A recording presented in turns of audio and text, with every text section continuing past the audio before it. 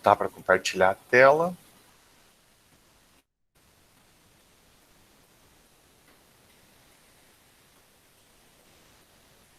Isso.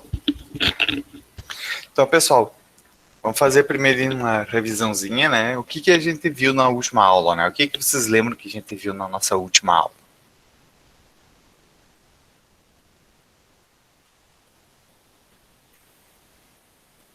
Vocês estão me ouvindo?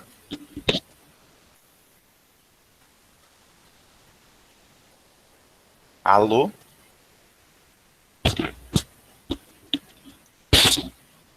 Alô. Ah, vocês estão me ouvindo? Ah, tá, ok. Não, eu ia dizer, o que vocês lembram que a gente viu na nossa última aula? A gente viu como é organizado o espaço de um endereçamento, quais são os componentes de um processo. Isso mesmo, né? A gente viu a parte dos os estados, né? Que eles trocam de um para o outro, né? Tipo, executando, bloqueado, pronto, né? Então a gente viu como eles trocam de estados também, né? A gente viu os conceitos, principalmente dos nossos processos, tá? Então o que a gente vai ver na nossa aula de hoje, tá? Então a gente falou da parte de troca de processos, tá?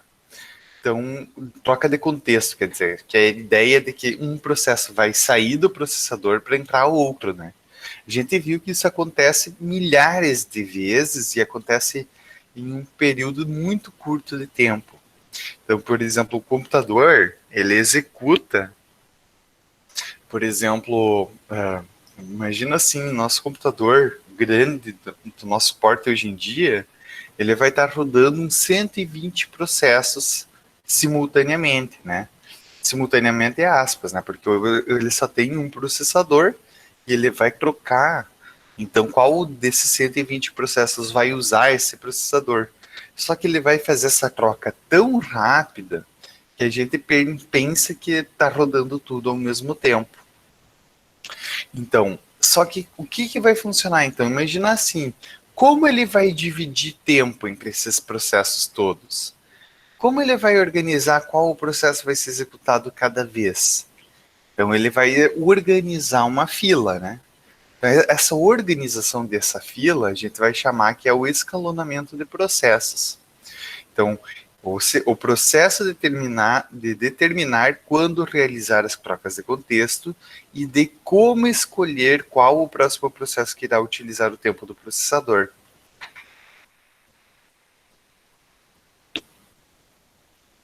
Tá? O que vocês imaginam que seria uma boa... Então, vamos continuar aqui depois de fazer a pergunta.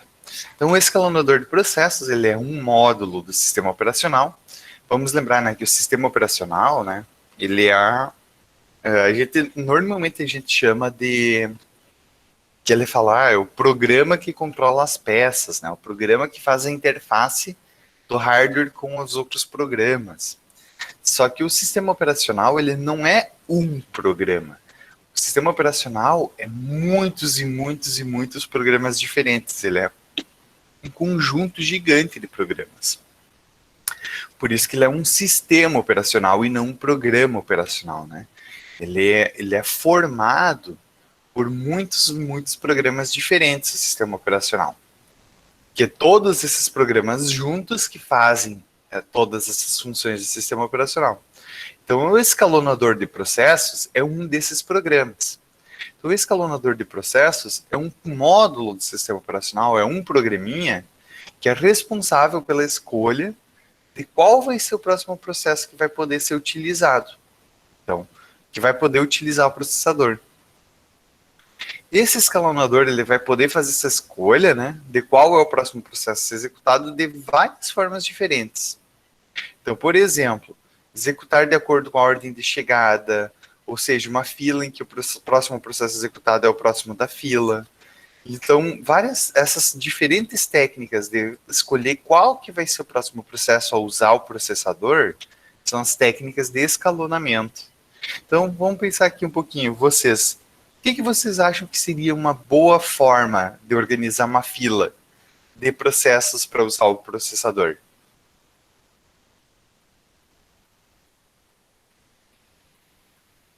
como vocês dividiriam o tempo do processador entre esses 120 processos que vão estar rodando ao mesmo tempo? Conseguem pensar em alguma forma de organizar essa fila? Como vocês fariam essa fila?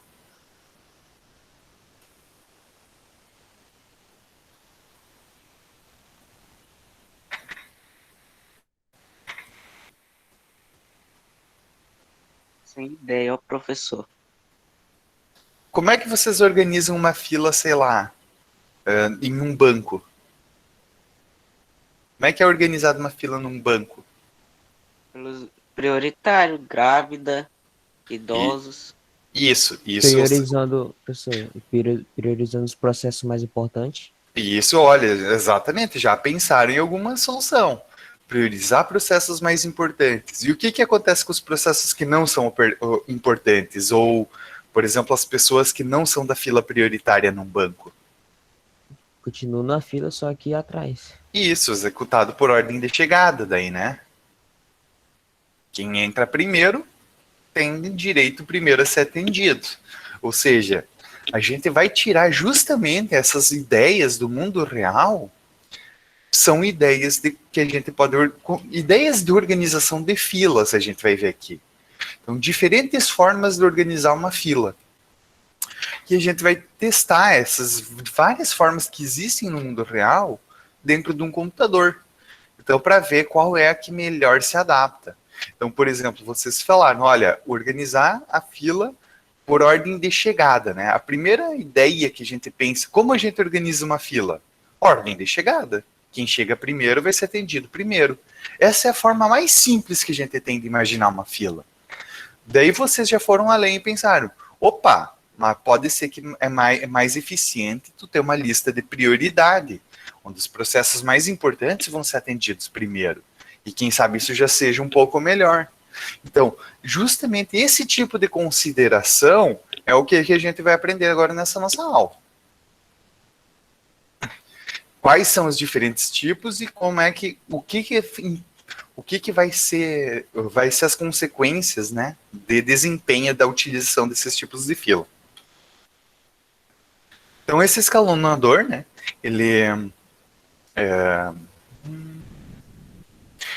como ele é um programa do nosso sistema operacional, ele também é um processo, né?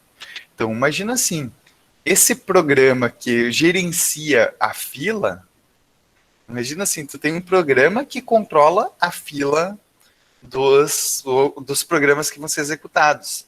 Mas ele mesmo também é um processo. Ou seja, ele também está dentro dessa fila. Então ele controla a fila que ele mesmo vai estar dentro. Então vocês imaginam, ele vai ser um processo que a gente chama de baixo nível, né? Então por quê? Porque é um processo de baixo nível. Vocês já ouviram falar isso de baixo nível, de alto nível? Essas expressões de baixo nível, de alto nível, dentro da área de informática? Sim. Da área da informática, não.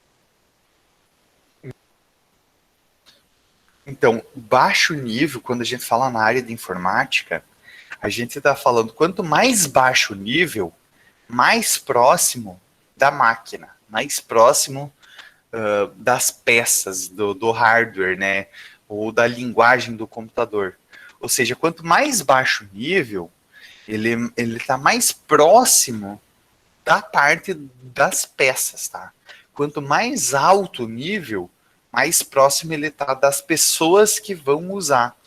Então, justamente, a gente vai ver, por exemplo, quando falam de programação, vocês vão ver depois, vai ter programas, tipo, linguagens para programar em baixo nível. Vão ser linguagens de mais difícil de aprender, porque justamente é uma linguagem que é mais fácil de compreender pelas máquinas do que pelos seres humanos. E já os seres humanos, né, para nós, quanto mais alto o nível da abstração, que a gente chama, né, melhor, porque é mais fácil de nós entender.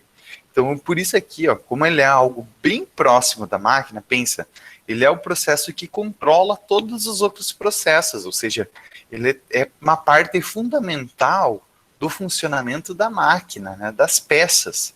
Então, ele é considerado um processo de nível mais baixo, né, tipo, ele é algo o mais importante de todos os programas. Pensa, tipo, enquanto o sistema operacional está rodando, quem está controlando o que vai ser executado é esse escalonador de processos.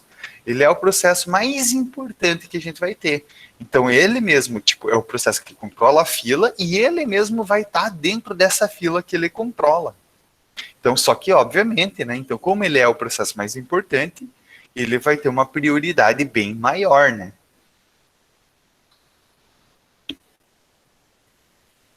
Então, como a gente viu na aula anterior, né? Esses processos podem estar em vários estados diferentes, né? Que são 3.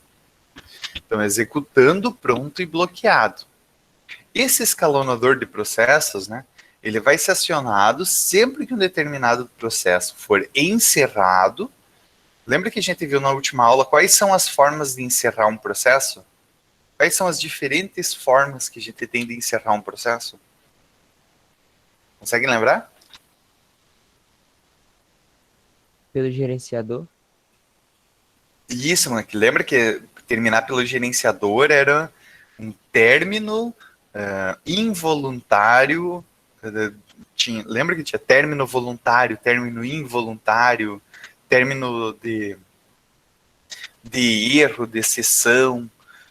Então, a gente tem várias formas de encerrar um processo, né? Então o escalonador, pensa, esse programa aqui, o escalonador, ele vai ser acionado, ou seja, vai ser chamado esse processo sempre que algum processo que está dentro do processador for encerrado.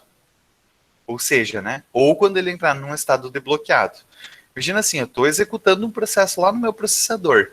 Algum motivo aconteceu que esse processo foi encerrado. Seja uma interrupção de hardware, seja o processo ter acabado, né? Ter feito tudo que tinha para fazer, seja ter acabado o tempo dele lá dentro. Então, sempre que esse processo for encerrado, a primeira coisa que vai fazer é chamar o processo escalonador. Ou seja, então, um processo entrou no processador, ele precisa sair, ele já vai chamar o processo escalonador. Então, o processo escalonador vai entrar no processador, vai descobrir qual é o próximo processo que vai ter que ser executado, vai sair do processador e deixar esse próximo processo entrar. Deu para entender essa dinâmica? Então, é um processo que ele vai, literalmente, ele vai entrar e sair a cada vez para escolher o próximo processo. Então, sempre que um processo entra no processador e tem que sair, entra o escalonador, descobre quem que vai ser o próximo processo e passa o processador para esse próximo. Depois que esse próximo terminar seu tempo ou terminar a sua execução, entra de novo o escalonador para descobrir quem é o próximo da fila. Ou seja, o escalonador vai entrar uma vez sim e uma vez não. Uma vez sim e uma vez não, né?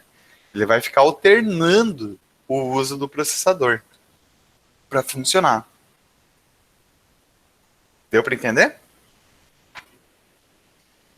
Sim. Tá? Aqui tá só um cenário, mas já expliquei, né? Tá. Então, toda vez que existe essa troca do processador, de quem está usando o processador, de qual dos processos que está usando o processador, existe essa troca de contexto. Essa troca de contexto, ela é uma tarefa que possui um custo. Ou seja, imagina assim, né? Um tempo é perdido sempre que isso vai ser feito. Por quê? Porque sempre que a gente vai trocar de um processo para o outro, a gente tem que fazer toda a gravação de um progresso na tabela de processos, para aí sim carregar outro processo no processador e registradores para executar durante um período de tempo. Lembra que a gente viu que um processo, tipo, imagina assim, os programas que a gente usa normalmente, eles não são, não rodam ele inteiro dentro do processador até terminar. A gente roda uma parte dele, né? Então executa um pouquinho.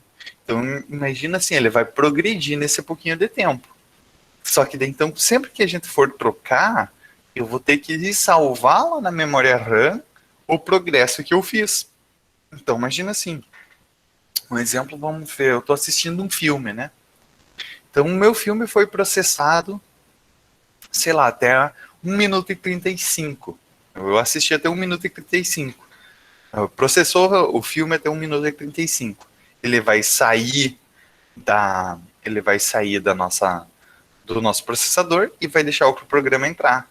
Só que ele vai ter que salvar na memória que ele já processou o filme até 1 minuto e 35. Depois, quando ele voltar para o processador, ele vai dizer começa do 1 minuto e 35 e continua. Então, esse tempo de tu tirar um processo, né, do processador e gravar na memória as informações do que foi feito nesse tempo que ele ficou lá, tem um custo, tem um tempo que é perdido para fazer isso, né? Então a gente tem que considerar que existe essa perda de tempo sempre que é realizada uma troca.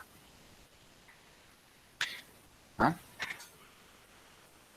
Então, se existe um custo para ficar trocando um processo para o outro, não seria mais vantajoso executar um único processo inteiro sem trocar, sem trocar para o próximo? Hein, pessoal? Aqui já está a mesma resposta, né? Mas não, imagina assim, não seria mais fácil. Imagina uma fila do banco. Imagina que na fila do banco vocês estariam lá.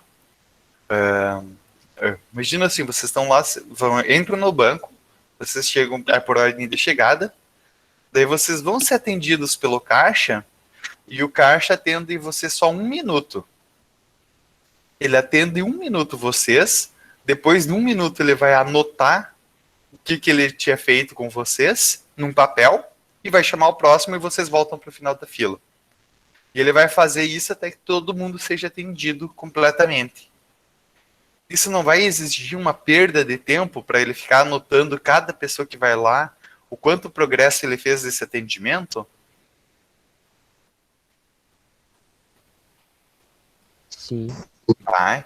Ou seja, tem um custo relativamente grande. Ou seja, seria muito mais rápido se a gente não fizesse essas trocas.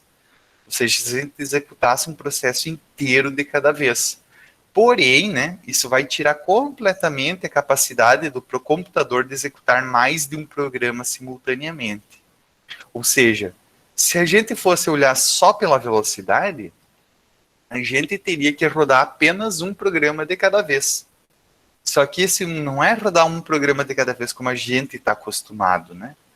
Tipo, nós, quando falamos, rodar apenas um programa de cada vez, tipo, eu tô aqui com apenas o meu PowerPoint aberto. Só que não é bem isso, né? Um programa de cada vez significa que tu não vai ter um antivírus rodando, tu não vai ter um programa que controla o áudio, tu não vai ter um programa que controla o microfone, então tu vai estar rodando um único programa de cada vez, né? Então, tipo, e esse programa terminaria, então, com toda a noção nossa de ter um computador moderno, que a gente pode ter várias coisas acontecendo ao mesmo tempo. Tá? Então, quais que vão ser os componentes envolvidos nesse trabalho inteiro aqui? A gente vai ter um despachante e um escalonador, né? O despachante, o que ele faz, né? Ele despacha. Então, ele armazena e recupera o contexto. Ou seja, ele grava os dados do processo na memória principal, ele vai atualizar as informações na tabela de processo, ou seja, a nossa BCP, o nosso bloco de controle, e ele vai ter uma execução rápida, não tem um custo alto para execução. Ou seja, é só a parte de buscar na memória o que foi o progresso e atualizar o que foi o progresso, né? Então, ele só grava o progresso e quando entra um novo, ele busca por esse progresso na memória. Então, esse despachante é uma parte desse componente do nosso trabalho de escalonamento. E tem o escalonador. O escalonador é o quem escolhe a próxima tarefa a receber o processador. Então, ele vai criar as filas de execução e vai organizar as filas, né? Então, ele vai ver quais são todos os processos que estão rodando e vai organizar a fila para dizer quem é que vai ser executado primeiro. Esse escalonador já tem um custo mais alto de execução. Ele exige um processo mais envolvido, né? Ele tem um custo maior para ser rodado. Então, quando esse escalonador é chamado, né? Tomar um gole de café. Então, quando um novo processo é criado, sempre que um novo processo é criado, o escalonador é chamado, tá? Imagina assim, vocês estão usando o computador, né? Que nem aqui. Eu tô aqui, vocês estão vendo minha área de trabalho? Sim, professor. Tá. Então aqui vocês vão ver que eu tenho vários programas, né? E a gente viu que uma das formas de abrir um programa é pela interação do usuário. Então o usuário pode mandar abrir um novo programa. Então, por exemplo, se eu vir aqui e clicar no League of Legends, dá 2 cliques, o que vai acontecer? Ó, apareceu já aqui. Ou seja, a hora que eu dei 2 cliques aqui, a hora que eu dei 2 cliques no programa, foi criado um novo processo. Porque eu não estava executando o LOL, ele só estava lá na memória secundária, estava no disco. Então esse processo foi criado, e assim que ele foi criado, o escalonador já é chamado. Por quê? Porque ele vai ter que colocar esse novo processo na fila, né? Imagina assim, quando eu abrir um novo programa, esse programa ainda não está na nossa fila. Então a primeira coisa que vai acontecer é chamar o escalonador de processos, vou botar aqui até em azul, porque esse escalonador vai colocar esse novo processo na fila. Então ele vai colocar novo processo na fila e vai ver a posição que esse processo vai entrar na nossa fila.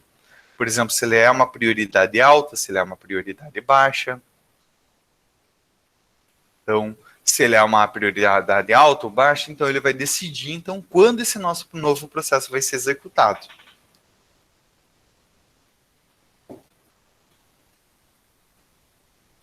Então aqui lembrando, né? Muitas técnicas de escalonamento não seguem uma ordem de chegada. Ou seja, não quer dizer que como eu abri ele por último, ele vai ser o último a ser executado. Porque muitas técnicas de escalonamento não usam essa ideia de uma ordem de chegada, né?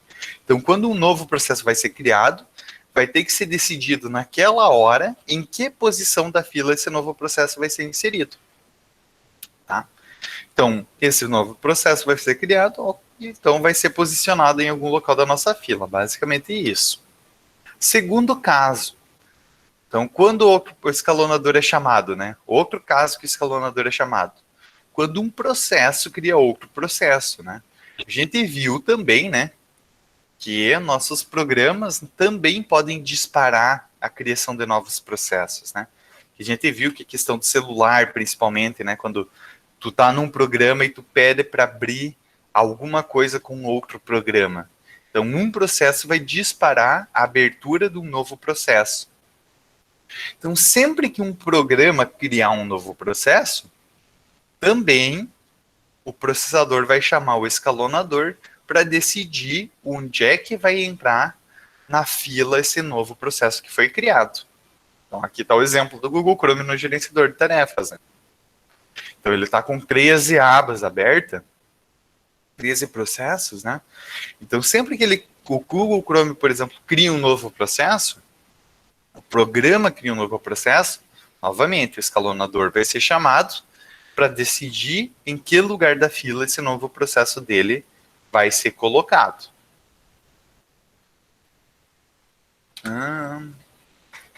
O terceiro caso que ele vai ser chamado é quando um processo chega ao fim. Então, processos ficam alternando o tempo do processador, né?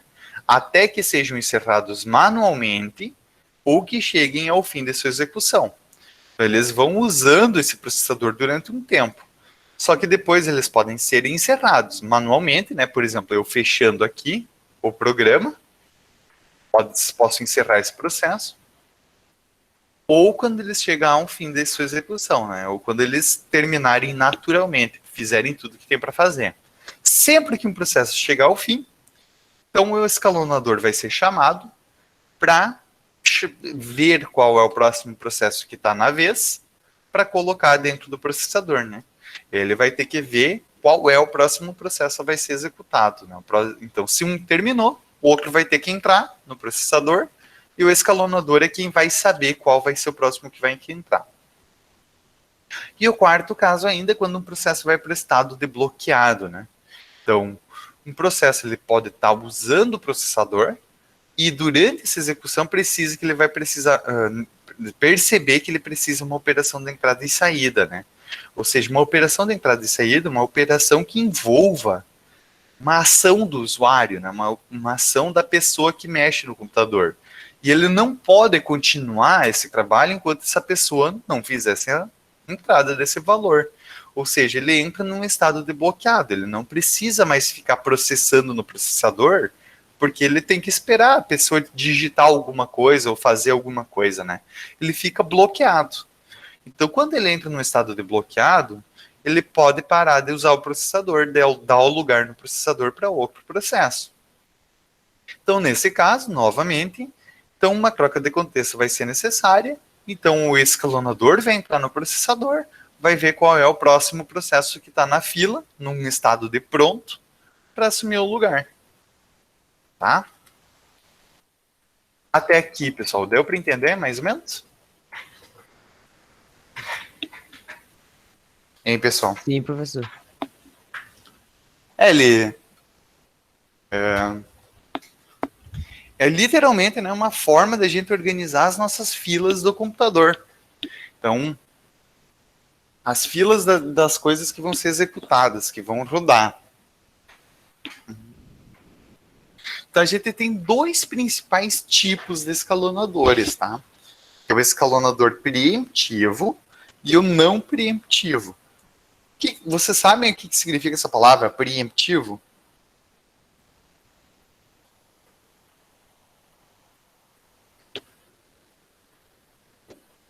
Não. Preemptivo é que faz previsões. Então, o que é a ideia de fazer previsões? Um escalonador preemptivo, ele prevê. Então, a ideia é justamente dele antecipar as coisas. Então, ele tenta prever justamente um processo. Ele tenta. A ideia é que ele vai fazendo as trocas antes delas acontecerem, naturalmente. Então, o que é a ideia do nosso escalonador preemptivo? Ele é o tipo de escalonador que pode interromper as execuções do processo antes que um processo seja finalizado, ou entre em um estado de bloqueado. Ou seja, não importa se o processo ainda está executando de boa, o processo ele vai preemptivamente, ou seja, antecipadamente, vai gerar uma interrupção e vai gerar uma troca de contexto, colocando outro processo em execução. Ou seja, ele vai parar um processo, ele vai interferir na execução do processo. Ele vai entrar no meio e vai falar, beleza, o teu tempo já acabou. Agora vai para o próximo. Então, a gente viu que tem esses 4 casos aqui, né? De quando ele é chamado, né? O escalonador é sempre chamado quando um processo novo é criado, quando o processo cria outro processo, quando um processo chega ao fim, ou quando um processo vai em estado de bloqueado. Esses são os casos normais, tá? O escalonador preemptivo, ele vai adicionar um 5º caso, que é quando acabou o tempo do processo. Ele não vai esperar um processo acabar para que outro entre no processador. Ele vai dar uma fatia de tempo para cada processo. Ele vai falar assim, tu vai entrar lá e tu vai usar esse processador 3 segundos. Depois de 3 segundos, não importa se tu terminou ou não. Eu vou entrar e vou te tirar dali e tu vai sair. Então, essa é a ideia do preemptivo. Ele age antes de esperar o processo terminar. Então, ele faz essas ações preemptivas, né? Ele entra antes para, justamente, ele interrompe os diferentes processos com chamadas de sistema para solicitar trocas dos processos, né? Então, o escalonador não preemptivo é o que não faz isso. Ele vai esperar o processo que está em execução ser executado até seu fim ou até ser bloqueado, né? Então, o não preemptivo, ele não vai interromper, ele não vai agir antecipadamente, né? Ele não vai ficar, ele vai esperar o processo ser executado em sua totalidade. Então, mas qual desses aqui, de acordo com as nossas conversas até agora, qual desses escalonadores vocês acham que é mais comum nos nossos computadores?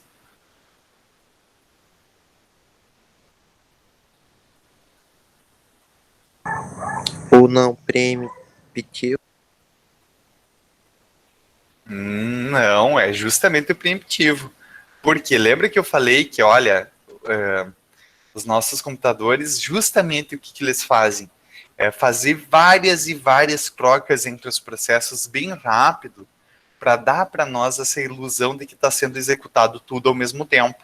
Se o escalonador ele esperasse cada processo ser executado inteiro, então imagina assim, enquanto um processo seria executado, todos os outros programas do computador iam travar. Literalmente. Ele ia executar um programa de cada vez. Ele ia executar aquele programa até o fim. Enquanto aquele programa não terminasse, todos os outros programas iam ficar travados. Então, isso é uma coisa que vocês vão perceber na informática, né? Quando a gente fala dessas coisas, tipo sistemas operacionais ou computadores, né? Qual desses dois é o mais simples de entender?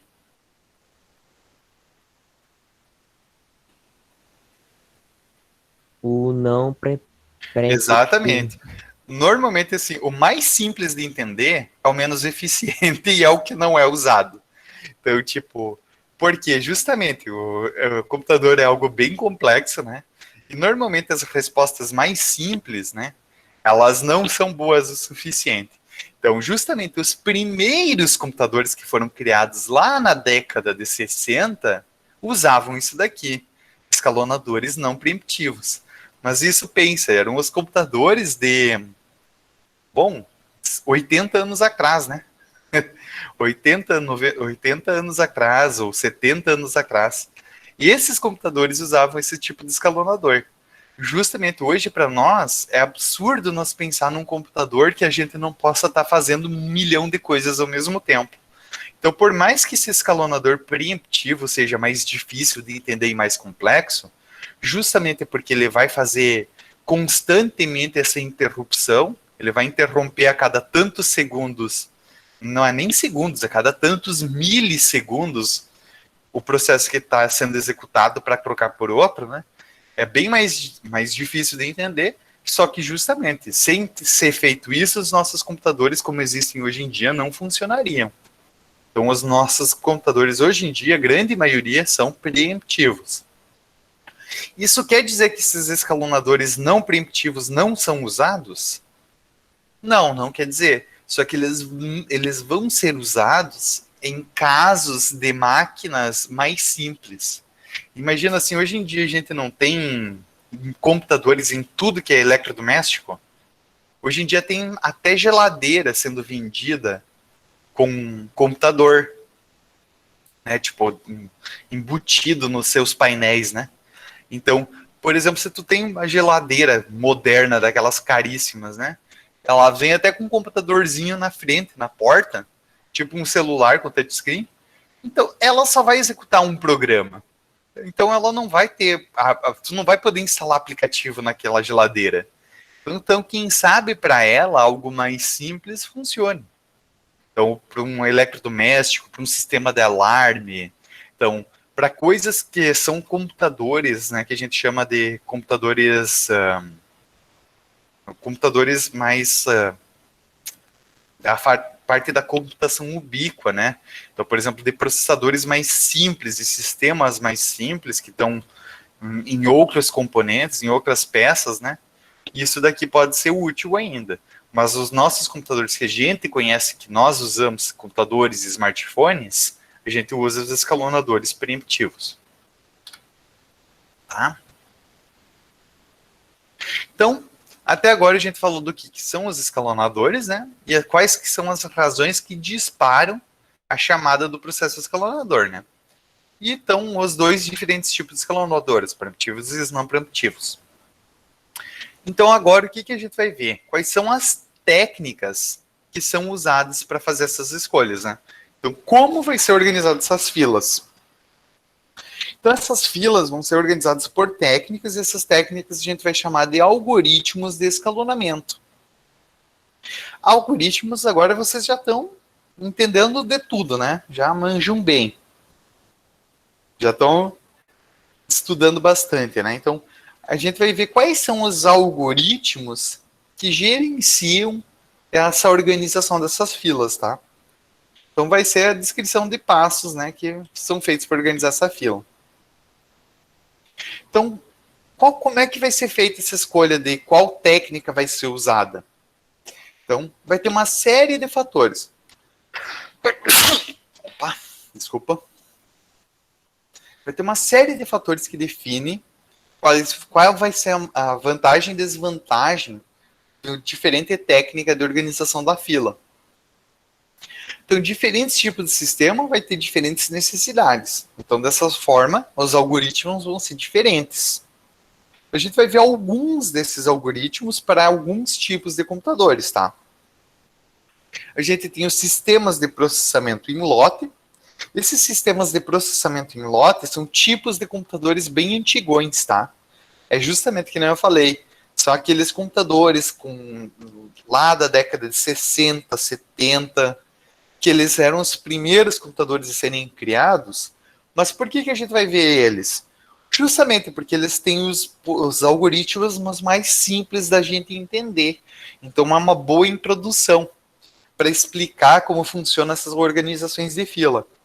Nenhum desse tipo de sistema é usado hoje em dia, né? Então, justamente porque é bem antigo. Então, eles não são mais usados hoje em dia. Mas, ainda assim, é o mais simples da gente entender, então serve como uma boa introdução. Os sistemas interativos. O que é interativo, né? É que permite interação. Sistema interativo vão ser os nossos computadores atuais. Então, os nossos computadores, os nossos notebooks, os nossos smartphones, são sistemas, são computadores interativos, né?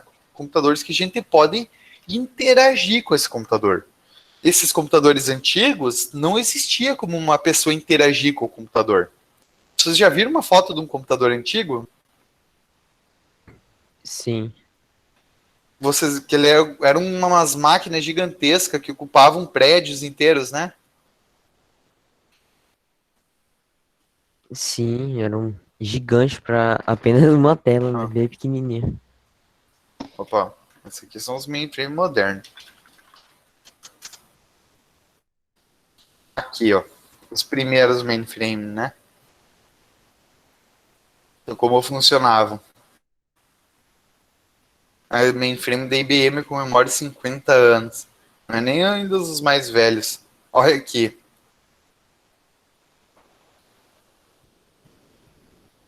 Aqui, ó. Foto qualidade muito ruim. Deixa uma qualidade melhor. Olha aqui, botar.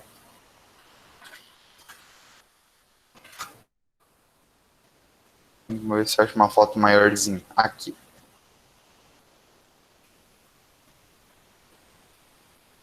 O ENIAC. Tá vendo todos esses cabos aqui? Que essas mulheres estão mexendo? Esses cabos é basicamente o monitor do computador daquela época. Então, literalmente, não existia interação que nem nós temos costume.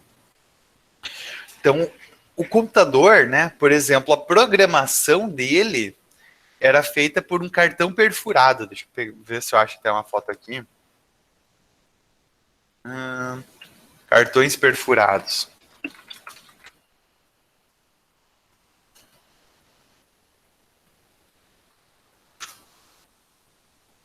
Isso daqui, ó.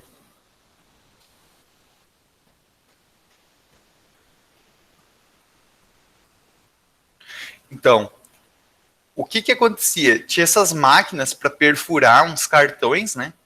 Esse cartão perfurado era onde era escrito o programa. Só que esse programa, esse programa que era escrito em cartão perfurado era numa linguagem bem de máquina, bem difícil de escrever.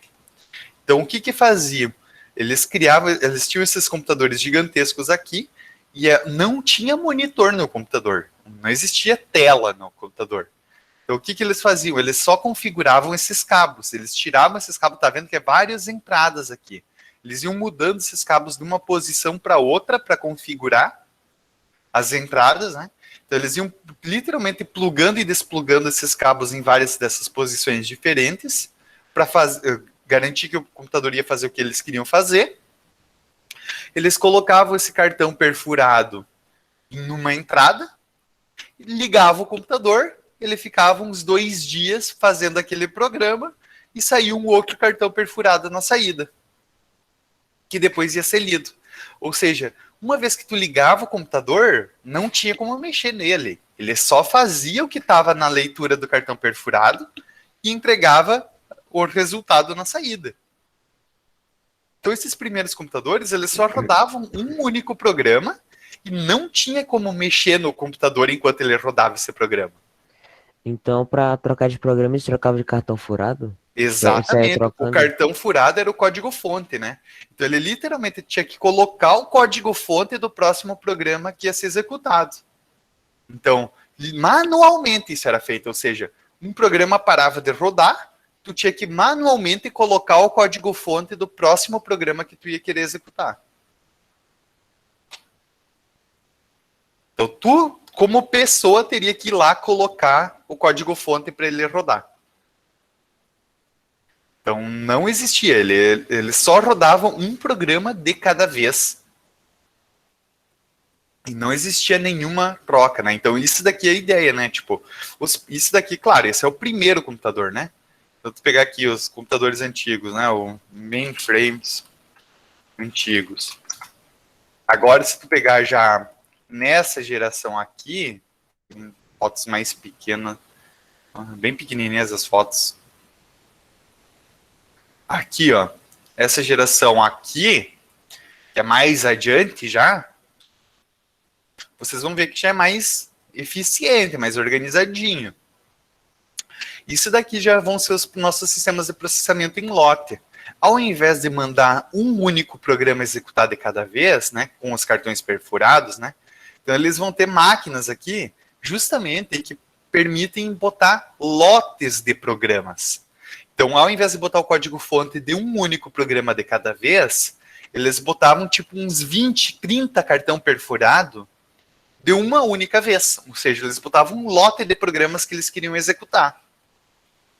Eles botavam uns 30, 40 programas para executar numa máquina, né, tipo uma impressora. Eles botavam da entrada todos os cartões, e daí então o computador ia pegando folha por folha, e executando folha por folha. Então isso daqui era um sistema de processamento em lotes, justamente porque ele executava um lote de processos, um lote de programas. Já era uma geração mais avançada. Quando você começa a organizar, então, olha, executar um lote de programas de uma vez, né? Então, aí você começou a ideia, então, da gente pensar em um escalonamento, né? Então, beleza, como a gente escolhe como vai ser a execução dos processos? Então, aqui, nesse momento, você começou a pensar, então, no sistema operacional e como fazer essa organização. Vamos lembrar aqui que nessa época aqui ainda nem existiam sistemas operacionais da forma que a gente conhece hoje. Existiam sistemas operacionais, né? Só que não era que nem nós ter agora, tipo Windows, Linux, né? Naquela época, o sistema operacional era construído manualmente para cada computador. Então, esse computador tinha um sistema operacional próprio que foi feito só para essa máquina, só para exatamente essa máquina. Então, por exemplo, se trocasse uma peça, se trocasse de máquina, já não ia funcionar, entendeu? Tu não tem como trocar nada. Então, o sistema operacional dessa época que era embutido na máquina ainda. Então, o sistema operacional era construído junto com o computador. Não tinha um modelo de sistema operacional que era aplicado para várias máquinas diferentes, né? Então, tanto é que foi uma grande inovação a parte justamente de criação de sistemas operacionais separado das máquinas, né? No início, os sistemas operacionais eram embutidos nas máquinas. Então, quando você criou a noção de separar o sistema operacional da máquina, você ganhou uma grande liberdade. Porque daí tu tinha empresas que faziam sistemas operacionais, empresas que faziam máquinas, e aí tu podia usar usar um sistema operacional de uma empresa na máquina de outra empresa. Então tu podia ter empresas diferentes trabalhando junto, né? E também permitia, por exemplo, tu trocar de máquina. Então, por exemplo, tu tem o sistema operacional, tu trocou de máquina, tu vai levar o teu sistema operacional adiante. Isso foi uma grande inovação que aconteceu também. Então, só para dar um contexto, né?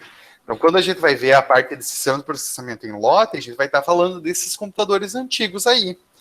Só por quê? Porque são os mais simples, né? Vocês viram que o funcionamento deles era bem mais simples e limitado do que os nossos. Então vai ser bem fácil de entender como era a organização que eles faziam, né? E aí a gente ainda tem os sistemas interativos, que são os nossos modernos, e tem os sistemas de tempo real. Sistemas de tempo real, vocês já ouviram falar? Eu pensava que era o nosso de hoje em dia. Não, o sistema de tempo real, eles são sistemas modernos também, porém com limitações muito grandes de desempenho. Eles têm que ter respostas instantâneas para certas coisas. Por exemplo, um programa para gerenciamento de um avião, de um piloto automático de avião, um sistema para piloto automático de carro, um sistema para fazer cirurgia em pessoa, né? Então, são sistemas que eles precisam ter um tempo de resposta instantâneo. Diferente dos nossos computadores. Nossos computadores podem travar, podem ficar lentos. Então, por quê? Porque a gente pode abrir 1 milhão de coisas ao mesmo tempo, né?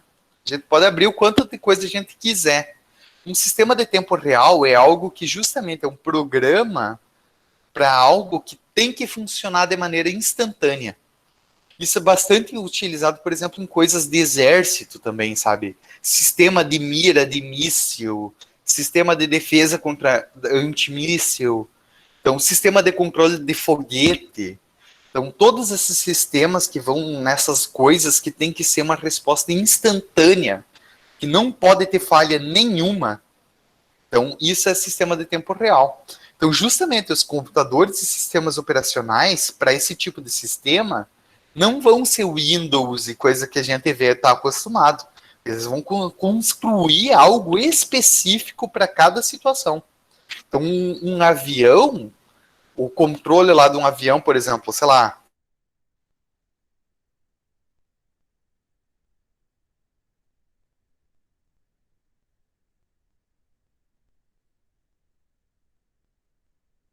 Caiu, será?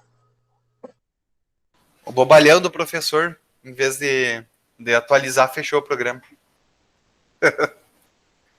Eu fechei o programa sem querer. Eu fechei o Chrome. Peraí, compartilhando de novo. Pensei que você tinha saído do Meet. Não, eu saí porque eu fechei o Google Chrome. E eu queria atualizar aqui, abrir a coisa, só que daí eu fechei sem querer.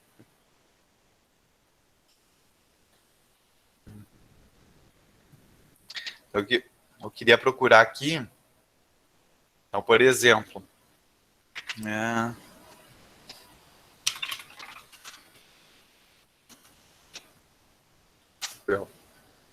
fecha uma imagem. Aqui, ó. Abrir a imagem. Aqui. Olha aqui, ó. A visão panorâmica de um sistema de aviação moderno, né? Então, olha aqui o avião.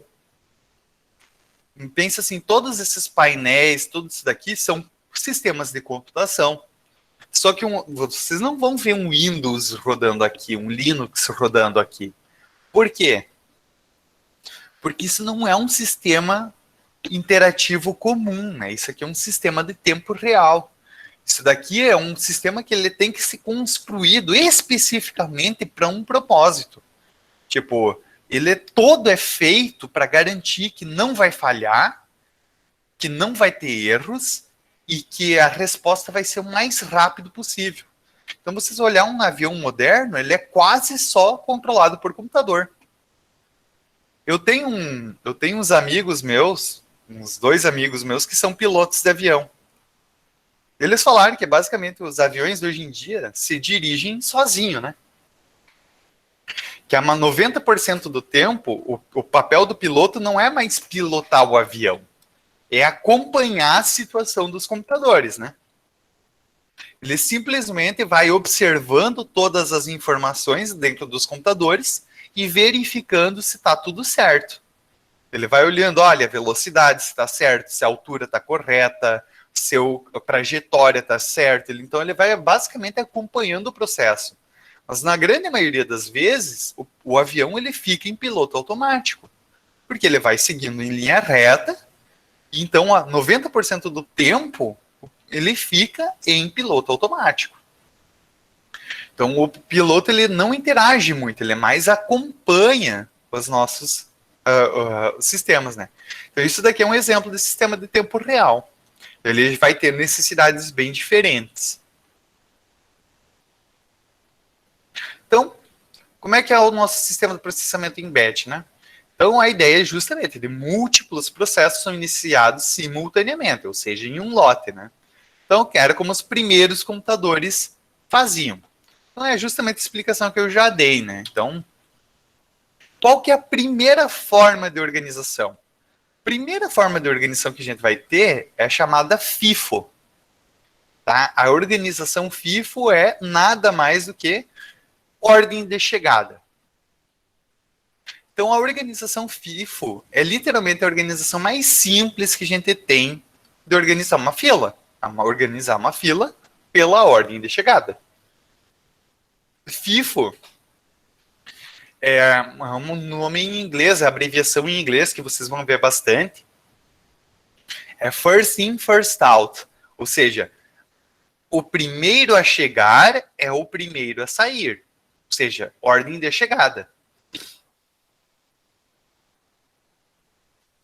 Então, um algoritmo de escalonamento não preemptivo, ou seja, o escalonador não vai parar a execução de um processo no meio dele.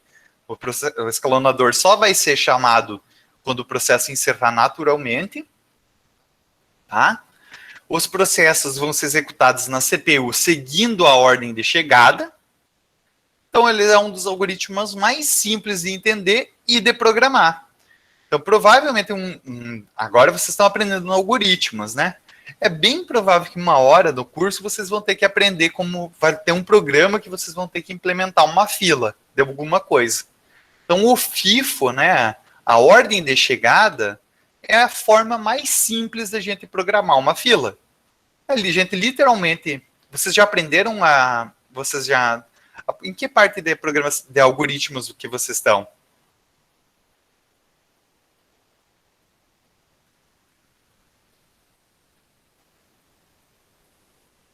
Hein, pessoal?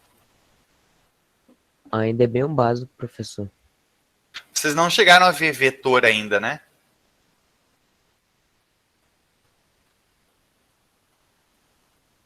Acho que não, não. Tá. Então, eu ia dizer que a ideia de uma fila é basicamente assim, é literalmente uma fila, tá? Não tem muito mistério, tá? Então, é basicamente aqui. Ó, aqui tem um cenário, tá? Então, qual que é a desvantagem da ordem de chegada? De organizar uma fila por ordem de chegada. Então, a grande desvantagem desse tipo de algoritmo é que se alguns processos são muito grandes, outros processos podem demorar muito para serem atendidos. Então, aqui vamos imaginar um cenário, tá? Imagina uma fila de caixa de supermercado. Vocês possuem 3 itens em uma cestinha. Mas a pessoa que chegou na frente de vocês na fila possui um carrinho de compras completamente lotado. O teu atendimento levaria no máximo 30 segundos. Mas como é por ordem de chegada, tu vai ser obrigado a esperar 20 minutos do atendimento da pessoa que chegou na fila antes de vocês. Então isso daqui é a limitação da ordem de chegada, né? Isso daqui, por exemplo, num mercado tu vê, como vocês que falaram, né? da ideia da organização prioritária num banco. Mas olha que num supermercado já não tem uma forma de organização de fila diferente. O fato de tu ter um caixa para atendimento de até 10 itens ou até 20 itens, né? Por quê? Porque justamente ele trata de uma das desvantagens de organizar uma fila por ordem de chegada. Então, se tu organizar uma fila por ordem de chegada, simplesmente não importa o tamanho do processo, ele vai ser executado na ordem. E tem processo que é muito mais grande que outro. E como ele é não preemptivo, ou seja, ele não remove processos antes do tempo, ele vai executar um processo gigantesco inteiro antes de um processo pequenininho. Então é a mesma coisa aqui no mercado. Então vocês vão lá, querem comprar uma coquinha, vão lá, entram no mercado, pegam uma coca, e em todos os caixas só tem um caixa trabalhando, e tem uma pessoa com 2 carrinhos de compra na frente de vocês. Vocês vão desistir de comprar coca, né? Vocês não vão ficar esperando. Então, por quê? Porque justamente essa ideia de tu ter uma fila por ordem de chegada, ela não é eficiente nesses casos. Mas ela é a forma mais simples da gente entender, né? Então, como é que vai funcionar isso? Literalmente, a gente vai ter essa estrutura aqui, tá? Aqui dentro está o processador, o quadradinho vermelho é o processador. O processo está executando, né? O processo, apenas um único processo vai estar em estado executando, né? Que é o que vai estar dentro do processador. Ele vai estar executando aqui dentro até terminar ou até ser bloqueado. Aqui eu vou ter minha fila de processos, que vão ser os meus processos que estão em estado de pronto, né? Então, por exemplo, tem o 2, o 3, o 4, o 5 e o 6. Quando esse processo terminar ou for bloqueado, ele vai sair do processador e vai entrar um novo processo, o segundo processo vai entrar aqui. Então, esse processo vai entrar, um novo processo que for criado, vai entrar no final da nossa fila. Deu para entender esse funcionamento? Sim. Não tem muito mistério. É uma fila comum. É literalmente uma fila que nem vocês veem uma fila de, sei lá, uma fila para pegar merenda na escola. Mas Foi. quando um processo ele é bloqueado, ele ainda pode voltar para a fila? Depois de Sim. desbloquear? Exatamente. Aqui, ó, por exemplo, essa fila de processos é os processos que estão em estado pronto, né?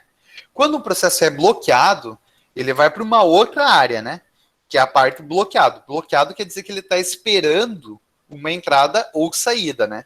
Por exemplo, ele, sei lá, ele está esperando o usuário digitar alguma coisa, ele está esperando o programa da impressora, ele está esperando alguma peça do hardware agir, tá?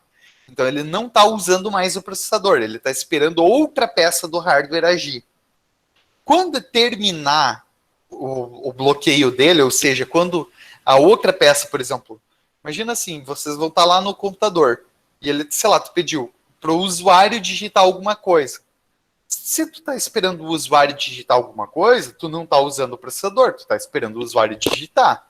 Quando o usuário digitar lá alguma coisa e clicar no botão OK, beleza, então agora eu vou ter o meu dado que eu posso usar para continuar programando. Então eu vou estar aqui no estado de bloqueado. Então quando eu sair do meu estado bloqueado, eu entro em qual estado? No pronto. Então eu venho para o final da fila. Ele literalmente entra no final da fila. Então quando ele é bloqueado, ele vai esperar o hardware fazer entrada e saída. Depois que o hardware fez a entrada e saída, volta para o final da fila. Bem simples. Deu para entender? Sim. Se ele terminou, daí não. Daí ele não volta para o final da fila, ele já terminou. Aqui, ó, aí vamos segundo tipo de organização de fila. Trabalho mais curto primeiro, SJF, né? Shortest Job First.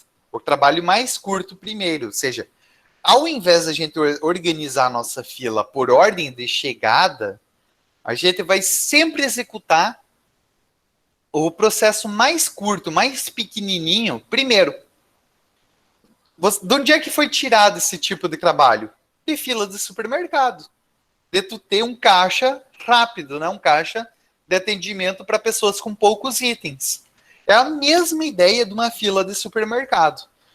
Ou seja, literalmente eu vou executar primeiro o trabalho mais curto. Então ele também é um algoritmo não preemptivo, né? Todos de processamento em lote não são preemptivos, né? Ou seja, os processos não são removidos uma vez que são iniciados. Então, para que esse tipo de algoritmo vai funcionar, é necessário de mais informações. Ou seja, para saber isso daqui, a gente precisa saber qual é o trabalho mais curto. Ou seja, é preciso saber o tamanho de todos os processos. Então, a gente precisa prever o tempo de execução dos nossos processos. Ou seja, é preciso que o algoritmo de escalonamento defina critérios para estimar os tempos de execução dos processos, né? Alguns tipos de métricas que permitem realizar essa estimativa seriam, por exemplo, a quantidade de linhas no código-fonte, os tipos dessas instruções, né? Algumas operações podem ser mais lentas que outras, né? Então ele vai fazer uma análise dos processos e vai fazer um cálculo e decidir qual que é o processo mais pesado. E ele vai tentar fazer primeiro as coisas mais leves, tá? Então, dentre os diferentes tipos de algoritmos, né, para sistemas de processamento em lote, esse é o que possui o menor tempo de retorno médio. O que significa tempo de retorno médio? Ou seja, né, usando esse algoritmo, tá, esperamos que temos mais processos que são finalizados mais cedo. Ou seja, o tempo de retorno médio significa o quê? Se a gente usar esse daqui, imagina assim, é processamento em lote. Então eu vou sempre colocar uma quantidade de processos para ser executado de uma única vez. Então, dessa forma, se a gente tem essa organização de trabalho mais curto primeiro, imagina assim que eu vou colocar então 20 processos para ser executado. Antes de executar qualquer um desses 20, meu computador vai tentar decidir quais são os menores. E ele vai criar uma fila. Ele vai criar uma fila que justamente vai colocar o menor primeiro, o segundo menor em segundo, e assim sucessivamente. Vai deixar o mais pesado para fazer por último. Então, qual que vai dar? O que isso vai nos dar de diferença? O tempo de retorno médio. Porque, por exemplo, vamos supor que depois de um pouquinho de tempo de execução, vou para um computador desses aqui, vamos supor que levaria 20 horas para executar tudo, tá? Mas se a gente tem que os trabalhos mais curtos são executados primeiro, quem sabe em 5 horas eu já executei, tipo, 80% de todos os programas. Porque justamente todos os programas pequenos vão ser feitos primeiro. Então, logo de cara, eu vou resolver todos os programinhas pequenos e eles vão sair do computador muito rápido. Então, ele é o que tem o menor tempo de retorno médio. Ou seja, em pouco tempo ele entrega muitos trabalhos para ti. Só que justamente os trabalhos mais longos vão ser os últimos a serem executados. E se tu for ver o tempo total, vai ser exatamente o mesmo do tempo de execução por ordem de chegada, não vai? Se eu tenho, por exemplo, faz diferença eu executar 20 trabalhos, tá? Eu vou ter que fazer os 20 de qualquer forma, né? Vou ter que executar 20 trabalhos. Eu posso fazer eles por ordem de chegada deles, ou eu posso fazer os trabalhos mais simples primeiro. Qual deles que eu vou terminar antes?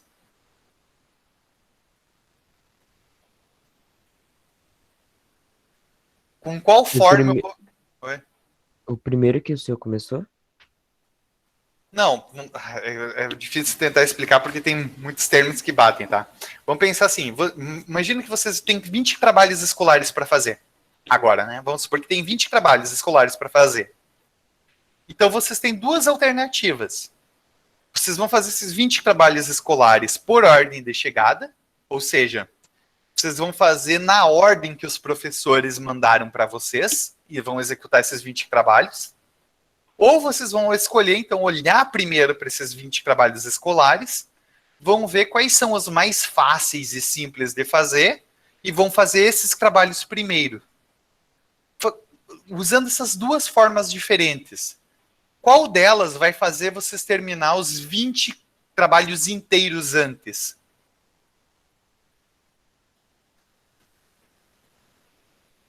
Eu acho que é a segunda forma. Mais alguma resposta? A Não primeira seria, forma, não vai ser todo terminado no mesmo tempo? Vai ser tudo terminado no mesmo tempo. Qual que é a diferença? Exatamente. As duas têm um tempo total de execução igual. Ou seja, organizar pelo tempo mais curto. Qual que é a vantagem de vocês fazer primeiro todos os trabalhos mais simples? que vai economizar mais tempo para fazer os mais difíceis. Não, vai levar o mesmo tempo. Imagina assim, vamos supor que o trabalho mais extenso vocês iam realizar primeiro, e ele vai levar tipo 5 horas para fazer o trabalho mais extenso. Não importa, ele vai levar 5 horas se vocês fizerem ele primeiro ou no final. A ideia de fazer o trabalho mais curto primeiro é justamente, quem sabe, olha, se faltar tempo, por exemplo, imagina assim, não dê tempo de fazer todos os trabalhos. Mas se vocês começaram primeiro pelos mais simples, quem sabe vocês vão ter terminado de fazer 19 deles. Faltou só o mais grande. E se vocês começarem pelo mais grande, quem sabe vocês só vão ter terminado, tipo, uns 5, 6 trabalhos dos 20. Então a vantagem é que tu vai terminar as coisas pequenas mais rápidas, né? Ou seja, tu vai ter mais coisas prontas rápido. E isso pode ser importante. Ou seja, por exemplo, se tu tem coisas mais prontas rápidas, tu já pode mandar as coisas prontas para os professores, eles já podem ir corrigindo e já vai economizando o tempo desse processo. Ou seja, então, literalmente, é uma forma, né? O tempo total é igual. Tu só agiliza o tempo de entrega, né? Ou seja, tu vai entregar mais programas mais rápido, porque tu vai sempre deixar o mais longo para o final. Deu para entender essa diferença no desempenho? Sim. É a mesma ideia do mercado, tu ter 3 caixas comum e um caixa de atendimento rápido, né? Um balcão para atendimento de até 10 itens ou até 20 itens, né? Um é para atender carrinhos e o outro é para atender cestinhas, né? E por que é feito isso? Não vai atender a mesma quantidade de pessoas? Se fosse 4 caixas, atenderia. Só que, tipo, tu não quer fazer a pessoa que ia ser atendida em tipo, 1 minuto, ficar esperando 20 minutos para uma pessoa que tem muita coisa para fazer. Porque assim, se tu libera essa pessoa mais rápida, ela já pode ir embora. Então, tipo, quando essa pessoa já pode ir embora, ela já está livre, né? Então já é uma eficiência, né? Isso é a mesma coisa para o computador. Esse trabalho que terminou primeiro, ele já vai poder dar continuidade, já vai poder dar um retorno para o usuário, né? Então, se ele já terminou, o usuário já pode ver o resultado. Então, o uso, mesmo que o tempo total seja igual, o usuário vê resultado mais rápido. O tempo de execução é igualzinho, só que o usuário vê mais coisa mais rápido. Tá? Tá bom, por enquanto.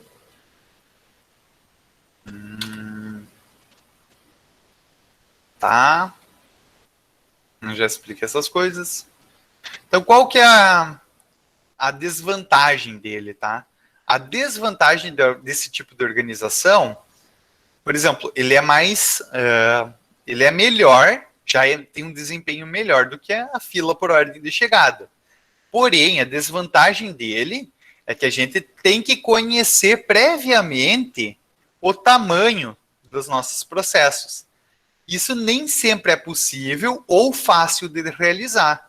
Imagina assim, a gente está falando de programas de computador, não está falando de cestinha de item de mercado. Nem sempre é fácil a gente saber qual programa é o mais pesado, é o maior, o que vai levar mais tempo. Isso daqui nem sempre é simples da gente descobrir. Então essa é uma das desvantagens, tá? Então, os processos mais longos podem demorar muito tempo a serem executados, ou em casos extremos, até mesmo nunca serem executados, tá?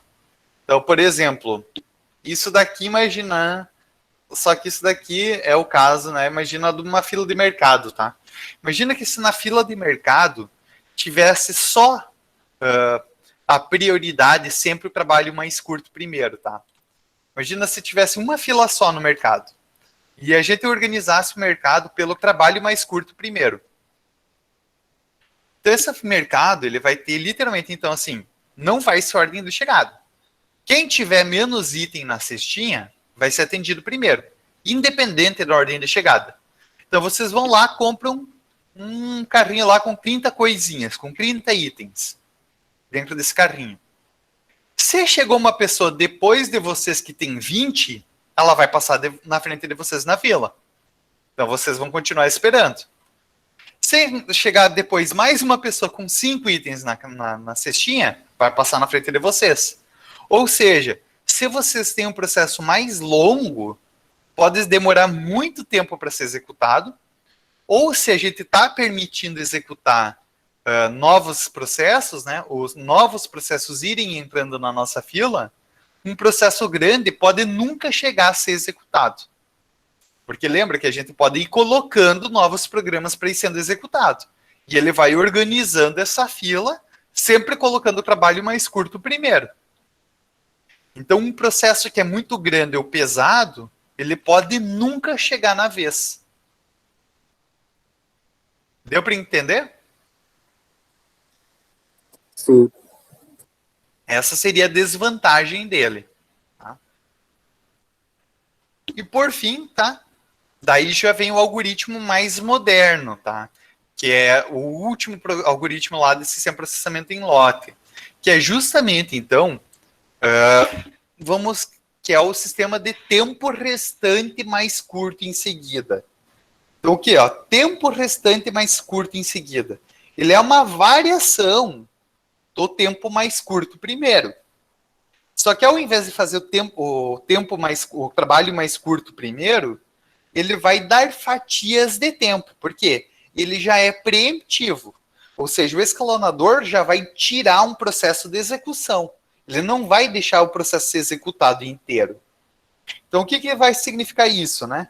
O escalonador pode tirar um processo de execução através de uma interrupção e colocar outro processo pronto para ser executado. Então, esse processo aqui vai ser uma adaptação. Então, como é que vai funcionar aqui?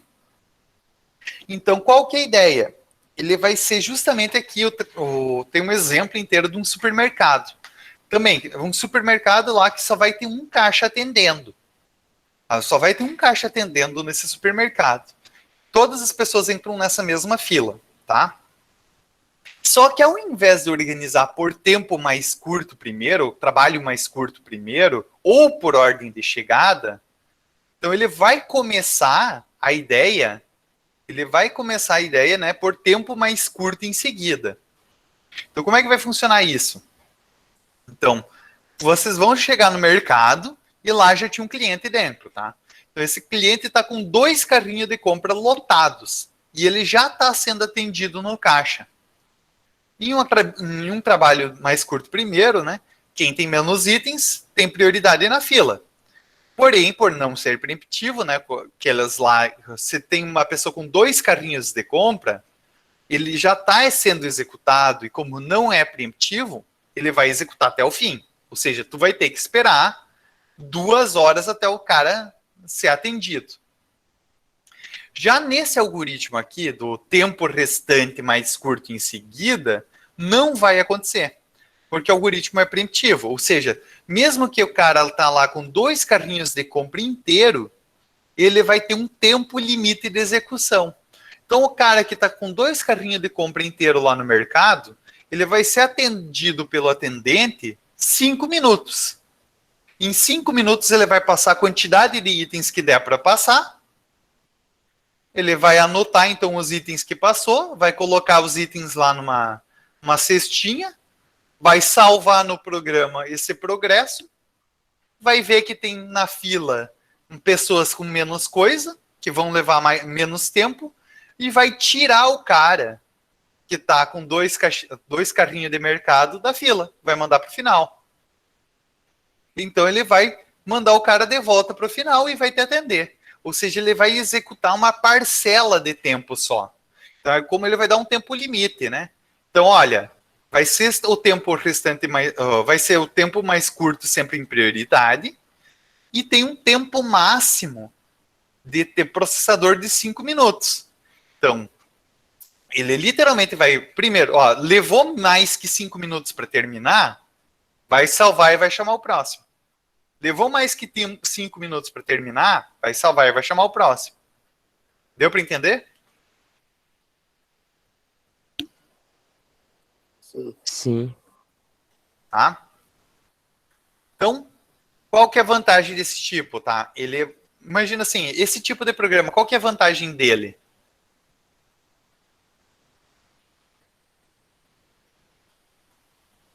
Comparando, por exemplo, com uma ordem de chegada ou com o outro, qual que vai ser a vantagem e a desvantagem dele?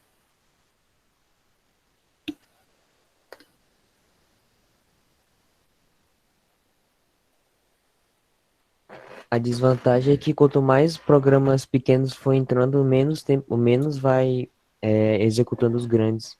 Exatamente, é a mesma coisa, tá? Ele literalmente, ele é um trabalho mais curto primeiro, mais eficiente ainda. Ele proíbe ainda mais tempo os programas grandes de usarem, tá? Então vamos pegar até fazer aqui, ver se consigo dar um exemplo com imagem. Todo mundo conseguiu entender bem? Sim. Tá, vamos pegar aqui. Vamos tentar montar até uma imagenzinha para tentar explicar. Vamos botar aqui, vai ser a nossa fila.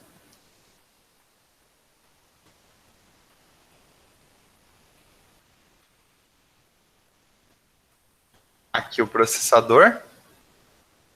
Vamos botar as bolinhas para os seus processos.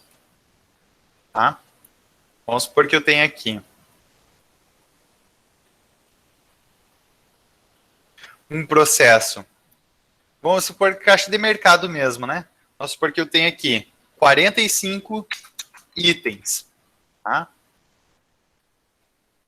Esse daqui vai chegar e vai ter... Vamos botar aqui, ele já está sendo executado. Esse daqui vai ter 5 itens. Esse daqui vai ter 10.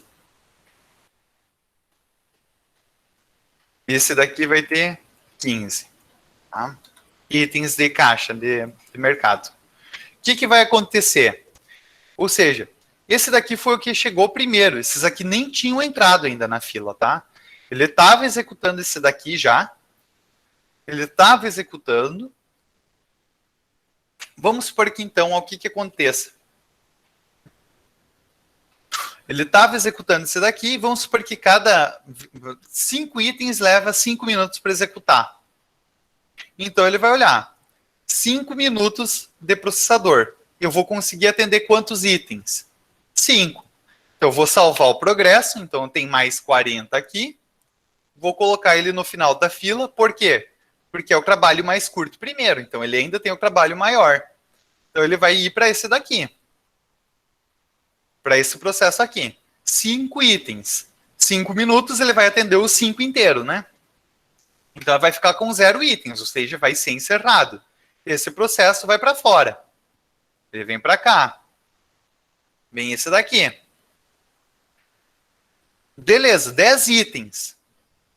Então 10 itens, vai ficar 5 minutos aqui dentro, vai faltar 5, ele vai voltar para a fila. Só que essa fila ainda é controlada pelo trabalho mais curto primeiro. Então ele vai entrar na fila em primeiro lugar.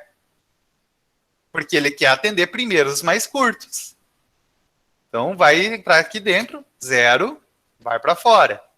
Aí vai entrar o D15. Só que nesse meio tempo, vamos supor que chegou um novo cara para comprar produtos. E esse cara vai querer comprar 30, ele vai entrar na frente desse de 40. Então, vamos botar 30 não, vamos botar aqui 5, tá? Ele quer comprar 5 itens, esse cara aqui. E chegou depois, agora, recentemente. Então, esse cara que está aqui dentro vai executar 5, vai ficar com 10 itens restantes, vai sair, e esse daqui vai entrar, e ele vai ficar aqui. Então, o cara que acabou de chegar vai ser atendido 5 minutos e vai estar pronto. E daí volta o cara de novo que estava com 10. Deu para entender essa lógica dessa fila? Olhando pelo desenho? Sim. Ficou melhor? Ficou mais fácil de entender agora? Sim. O problema é justamente isso. O processo grande, ele pode ficar eternamente na fila. Porque sempre que entrar um processo mais curto, o processo mais curto vai entrar na frente dele. Sempre. Entrou um processo mais curto, lembra que a gente viu que um dos momentos que um escalonador é chamado, tá? Então vamos supor que aqui é um novo processo. Esse novo processo vai ter 10 itens. Sempre que um novo processo é criado, lembra que a gente viu, sempre que um processo novo é criado, eu vou chamar meu escalonador, o meu organizador de fila. E como eu estou organizando por esse tempo de trabalho restante mais curto primeiro, eu vou chamar o escalonador e vou ver. Esse processo novo tem um tempo restante de trabalho mais curto que o meu que já está na fila. Então, eu vou colocar ele primeiro. Então, sempre que um processo novo é criado, ele vai reorganizar a fila. Ou seja, todos os processos que entrarem novos vão entrar na frente desse processo grande, porque sempre que ele entrar, a fila vai ser reorganizada. Então, esse processo grande vai ficar eternamente aqui dentro.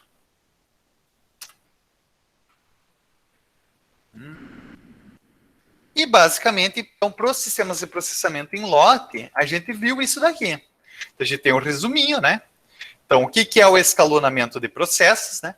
Então, o escalonamento de processos é a escolha de qual vai ser o próximo processo a utilizar no nosso processador. Então, é o processo de escolher, né? Então, o que é o escalonador de processo?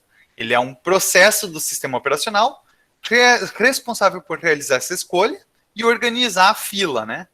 Então, a gente tem 2 tipos de escalonadores, os preemptivos, que são os escalonadores que são capazes de remover um processo da CPU. Por exemplo, esse daqui, tempo restante mais curto em primeiro, em seguida, né?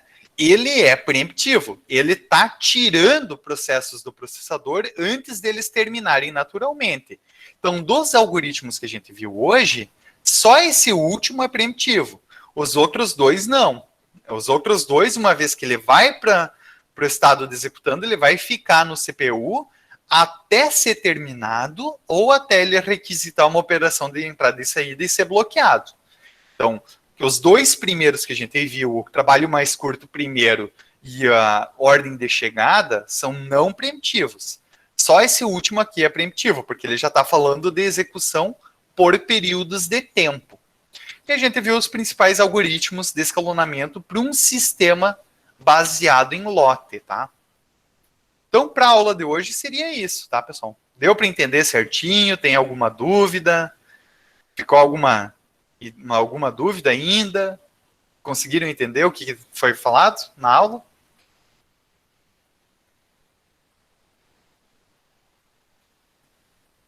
Sim, professor. Todo mundo tranquilo? Pessoal mais quietinho aí? Entendi.